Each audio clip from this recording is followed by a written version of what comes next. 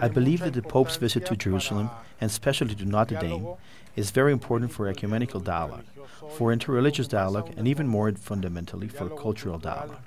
The Pope's address was very beautiful, very clear. He laid some very strong ethical and philosophical foundations to explain what cultural dialogue means at this time in history. At the beginning, he even spoke about the internet and globalization.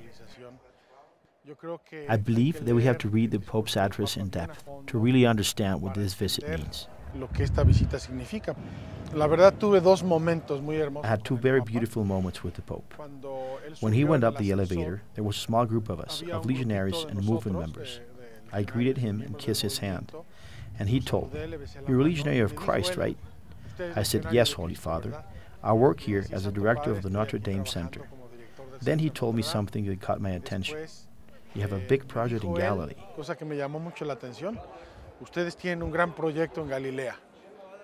I said, "That's right, Holy Father. Look, here's the stone that we're going to ask you to bless."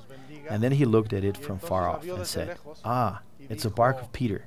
I told him, "Yes, Your Holiness, it is a boat of Peter and the lake." Then he tried to read it from far off. "Ah, Magdala Center, duc in altum." "Ah, duc in altum," he said.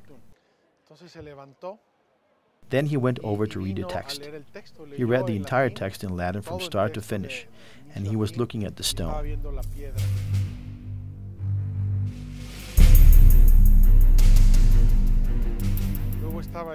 Then there was a guest book with a text about his visit. He signed it. Then he opened a parchment commemorating the blessing of the Cornerstone. And he thought it was a gift for him. I told him, "No, Your Holiness, if you would, it's for you to sign." "Yes, yes, yes," he said. And then he signed it too. Then we went to the gifts. He had prepared a beautiful, huge silver-plated tabernacle with the Good Shepherd on the door.